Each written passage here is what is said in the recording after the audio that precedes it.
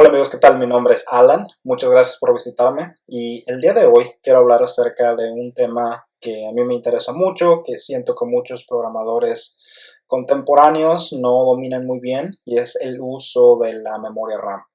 Y primero que nada quiero empezar a hablar acerca de por qué considero que muchos programadores nuevos no dominan bien el tema de la memoria. Creo que tiene mucho que ver que ahora de hoy en día los lenguajes de programación modernos abstraen mucho el uso de la memoria, por lo tanto los desarrolladores no tienen, los programadores, desarrolladores no tienen tanta oportunidad de trabajar con la memoria a bajo nivel. Y esto no es necesariamente una cosa mala. El problema es que cuando esos programadores necesitan trabajar a bajo nivel o necesitan entender cómo funciona un recolector de basura, es donde empiezan a mostrar errores en o falta de conocimiento en su formación profesional. Por ejemplo, un error que veo muy común entre los programadores Java, donde Java no puedes tener un puntero en el mismo estilo que C, por ejemplo, te da la facilidad de escribir en regímenes de la memoria. Una de las cosas que veo mucho con ellos es que a veces cuando estás manipulando información muy sensible, esa información la tienden a guardar en un objeto y los objetos son almacenados en la memoria por el recolector de basura y no se eliminan hasta que el recolector de basura determina que ya no hay ninguna referencia hacia esos objetos y es cuando los elimina. El principal problema que yo veo entre los programadores Java, no se ponen a pensar que en el determinado momento de que un atacante comprometa el sistema, puede utilizar herramientas de análisis forense de memoria para tener un dump de memoria. Y básicamente un dump de memoria es extraer la información de la memoria de manera programática y poder analizar los contenidos. Entonces, si tienes un objeto que está almacenando información sensible y alguien tiene un dump de memoria, entonces puedes leer la información que ese objeto está almacenando en texto plano. Entonces, son tipos de cosas que muchos programadores no tienen mucha idea y es precisamente que voy a hacer este video e incluso estoy utilizando un formato nuevo, que es el formato en el que puedo dibujar y hacer anotaciones. Es un experimento para mí. Voy a ver qué tal funciona y si les gusta, por favor déjenme un comentario y voy a continuar haciendo este tipo de videos. Así que sin mayor preámbulo vamos a entrar a lo que es la memoria. Primero, antes que nada, vamos a definir lo que es la memoria RAM. De hecho, es una mala práctica o es una mala costumbre que yo tengo de decir memoria RAM porque es redundante. La RAM, la R significa random, la A significa access y la M significa memory. Entonces, cuando yo digo memoria RAM, estoy diciendo la palabra memoria de una manera redundante. Pero ya es una mala costumbre que tengo y es muy probable que la vaya a decir varias veces durante este video. Es una costumbre que estoy tratando de quitarme, pero bueno. Entonces vamos a ver vamos a ver la memoria RAM a un nivel muy bajo. Ya que sabemos que la memoria RAM es de acceso aleatorio, lo que significa es que puedes leer cualquier posición de la memoria siempre y cuando sepas la dirección específica donde esa información existe. Entonces es por eso que se le llama de acceso aleatorio. Y la memoria RAM en su definición más sencilla es un circuito integrado muy simple. Es un circuito integrado que utiliza dos componentes. El primer componente electrónico es un transistor y un transistor es una resistencia de transferencia que básicamente te permite mover el flujo de la corriente de un lado a otro. Y el segundo componente que utiliza la memoria es un capacitor. Y el capacitor es un componente que te permite almacenar energía en el capacitor. Entonces, cuando tú conectas un transistor y lo conectas con un capacitor, este es el símbolo del transistor y este es el símbolo del capacitor, lo que estás formando aquí, a este arreglo se le conoce como un bit de memoria.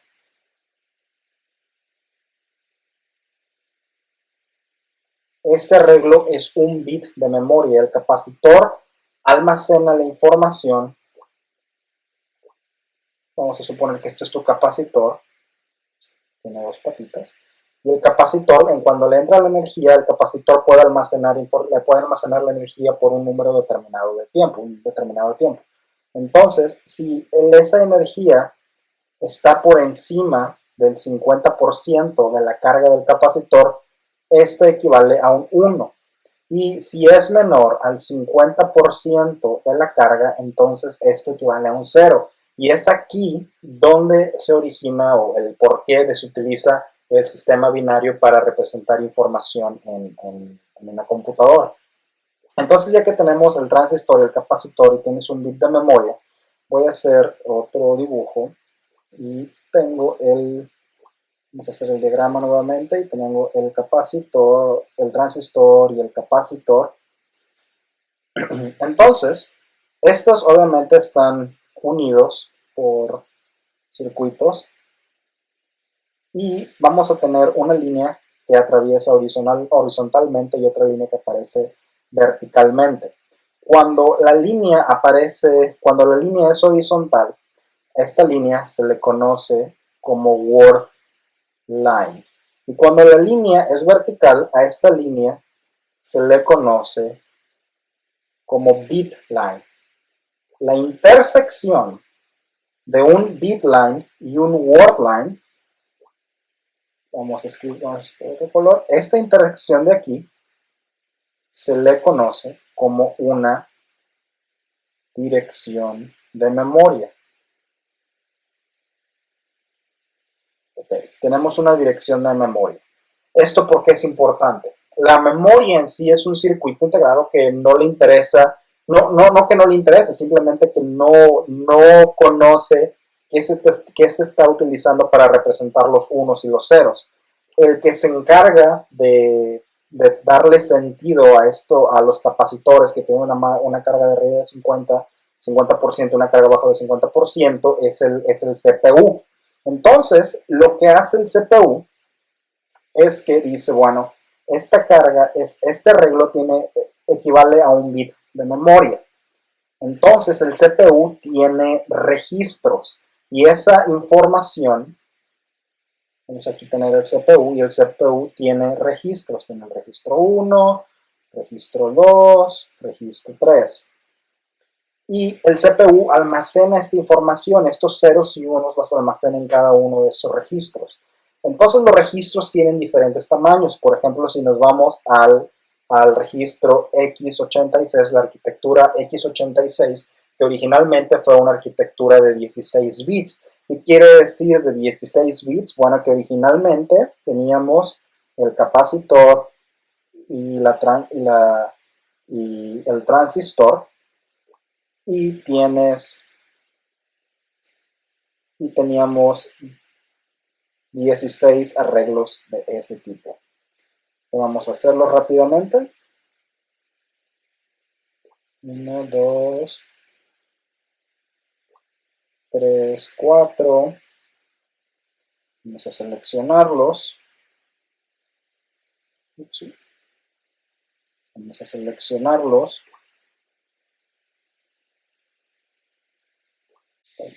Ok, ahora aquí tenemos un arreglo. Cada uno de estos es un bit de memoria. Entonces, tenemos 1, 2, 3, 4, 5, 6, 7 y 8. Y tenemos 8 arreglos de transistores y cada uno es un bit. Entonces, a todo esto, a un bit, se le conoce como un byte.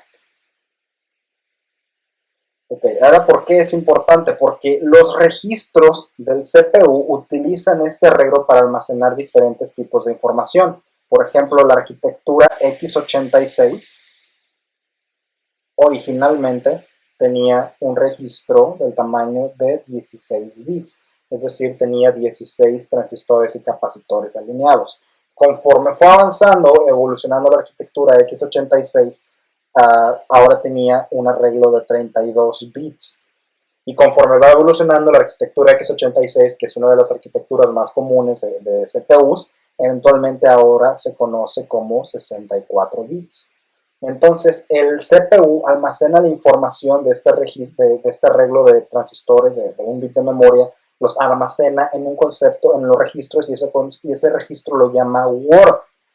En la arquitectura x86, el Word o la palabra tiene un tamaño, ese registro tiene un tamaño de 16 bits.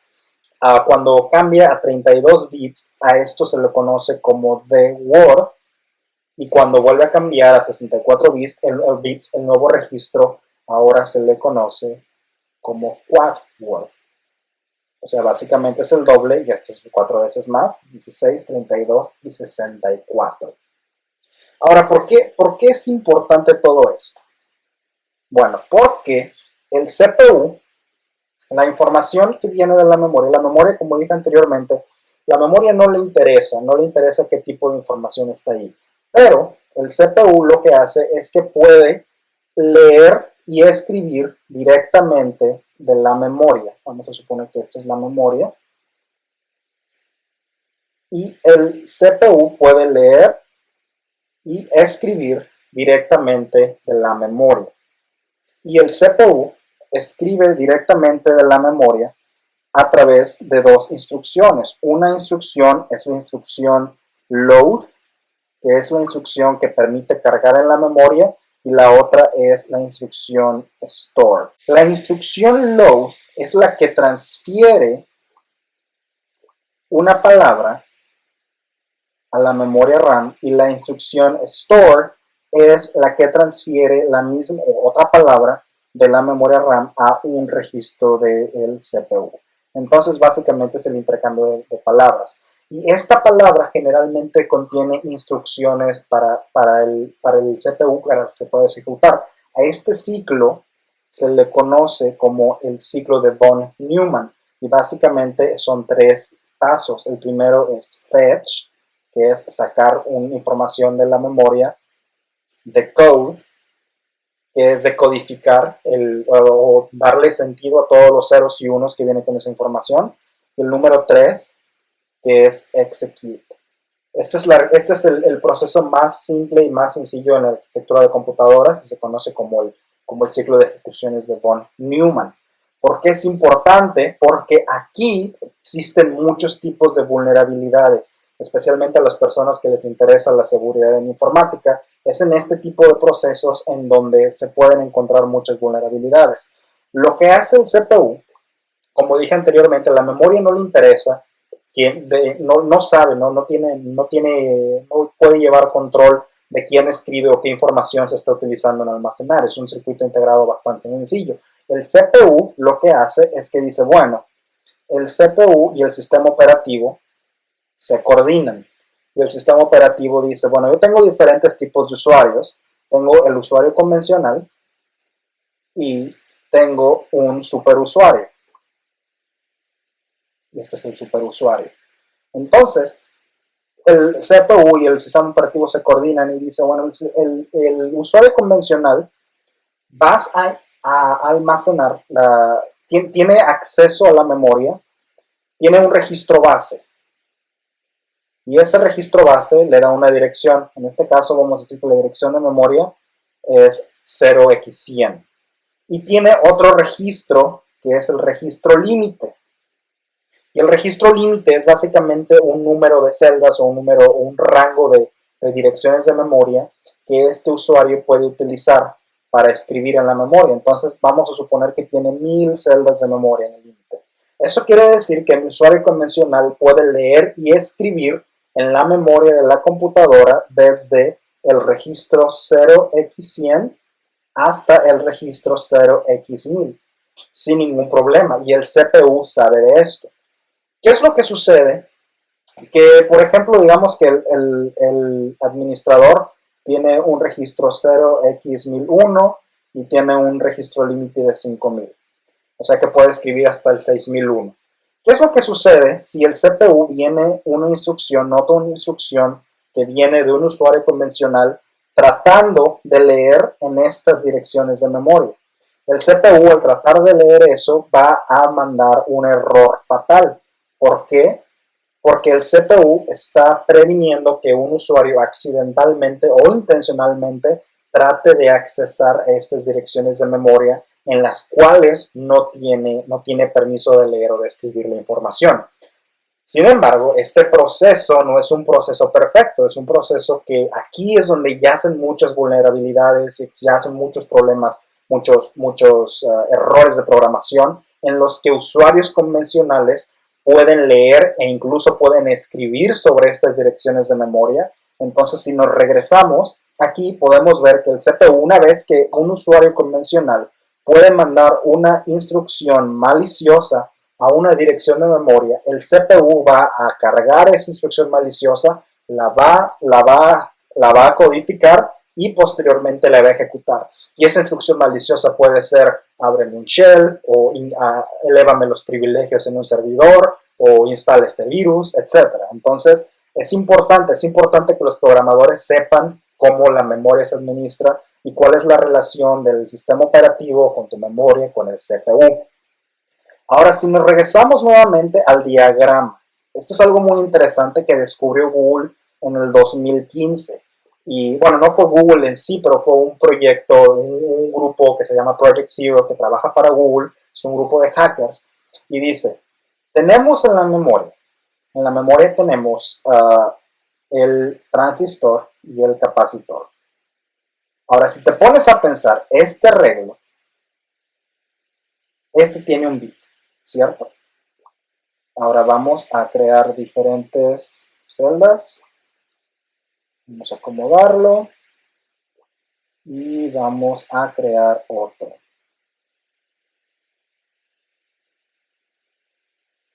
Ok. Nada más denme un minuto mientras trato de acomodarlo. Ok, ya tenemos medio byte. Vamos a copiarlo otra vez. Ahora vamos a hacerlo pequeñito. Ups. Vamos a hacerlo pequeñito. Excelente. Y aquí tenemos un byte de información, o sea, 8 bits es un byte. Si nos ponemos a pensar, 1024 bytes es igual a un kilobyte. Y 1024 kilobytes es igual a un megabyte. Y 1024 megabytes es igual a un gigabyte. Ahora, mi computadora, una computadora convencional, tiene 16 gigabytes de RAM. ¿Qué quiere decir eso?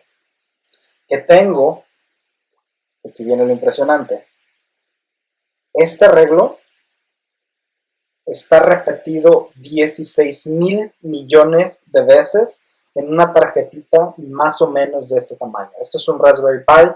Obviamente el módulo de memoria es muchísimo más pequeño y mi Raspberry Pi tiene solamente un gigabyte. Pero incluso aunque tenga un gigabyte, este tiene 1,000 millones de arreglos de transistores y capacitores. ¿Qué quiere decir? Bueno, quiere decir que si tienes un transistor y un capacitor, tienes otro transistor aquí y otro capacitor aquí, que si quieres tener 16,000 millones de estos componentes en una tarjetita de este tamaño, eso quiere decir que la distancia que existe entre este y este es de nanómetros. Si te pones a pensar qué tan chiquito es un nanómetro, un átomo, el radio de un átomo oscila entre 0.5 a 1 nanómetro de longitud. Estamos hablando que la distancia entre un transistor y un capacitor es de 2 a 3 nanómetros. Eso quiere decir que la distancia es alrededor de entre 6 y 10 átomos entre un transistor y el otro. ¿Por qué es importante saber esto?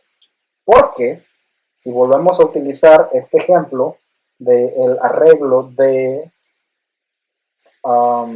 transistores, Vamos a crear una pequeña matriz de transistores y capacitores. Supongamos que así luce un sector arbitrario de la memoria. Y como sabemos, como conocemos muchos sistemas operativos de software libre, sabemos cómo funcionan, etc., podemos determinar que este arreglo de transistor y capacitor es el que determina si un usuario es root o es usuario convencional. Pero esta sección de la memoria, esta dirección, está protegida por el CPU, o sea que mis usuarios convencionales no pueden accesar a esa información, no pueden leer directamente esta dirección de memoria. Y lo que hace, supongamos que si esta memoria es un 0, el usuario no es root, y si es un 1, el usuario es root. Supongamos que el usuario ahorita está en 0. Entonces la hipótesis del Project Zero, del equipo Project Zero de Google, dice, como estos transistores están tan juntos los unos a los otros, vamos a escribir un programa y estos transistores pertenecen al usuario, y estos pertenecen al usuario, y estos pertenecen al usuario. Y lo que dice el proyecto de Google es, vamos a escribir agresivamente cada una de estas celdas. Vamos a escribirlas agresivamente. Vamos a mandar cientos de millones de escrituras y lecturas a cada una de estas celdas, y vamos a ser tan agresivos a todos los bits de memoria alrededor de este bit, de tal manera que vamos a crear una turbulencia en la memoria RAM, y esa turbulencia va a hacer que este bit, en lugar de 0, se convierta en un 1. Y lo sorprendente es que lograron hacer esto. Esto es un ataque físico en la memoria RAM. Diseñaron un programa de tal manera que estaban específicamente atacando ciertas regiones de la memoria, y lo estaban haciendo tan agresivamente que estaban tan juntos unos transistores con los otros que pudieron pudieron hacer un flip en el bit de la memoria, y pudieron tener una elevación de privilegios. Ahora, esto es interesante, esto obviamente es un proceso muy simplificado, y el proceso actual es muchísimo más complejo que este diagrama, pero esto es interesante porque presenta muchos retos en la arquitectura actual de las computadoras. Por ejemplo, algo que a mí en lo particular me interesa mucho es, ya estamos casi al límite del tamaño que podemos hacer capacitores y transistores. Es por eso que cada vez es incrementalmente más difícil poder tener memorias RAM más grandes, o poder tener CPUs más poderosos, tener GPUs más poderosos. Entonces, esa es mi recomendación personal, por ejemplo, a las personas que ahorita están estudiantes que están en la universidad, que les interesa este tipo de cosas. Ese es el tipo de problemas que ahorita el campo de la ciencia de los materiales está atacando agresivamente, porque puede decir, a lo mejor existe un material, o podemos crear un material que pueda crear este tipo de arreglos más eficientemente en menores tamaños, de tal manera que nuestro poder de computación pueda seguir incrementando con el tiempo.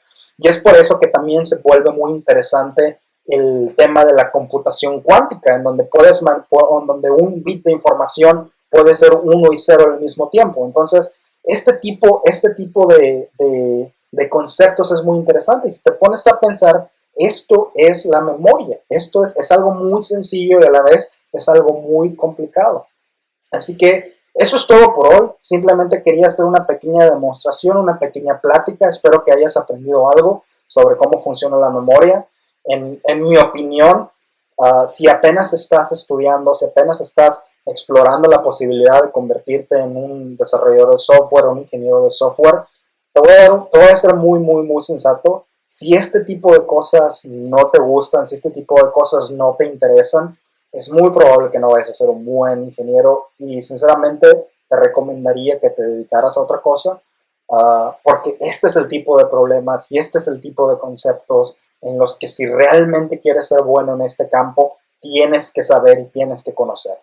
Así que muchas gracias. Si te gustó este video, por favor suscríbete a mi canal. Voy a seguir subiendo más videos de este tipo. Y si te gusta este formato en el que puedo hacer diagramas y puedo hacer anotaciones, déjamelo saber. Es muchísimo más sencillo para mí trabajar en ese tipo de formato que solamente hacer diapositivas. Y bueno, déjame un comentario. Muchas gracias por visitarme y nos vemos en el próximo video.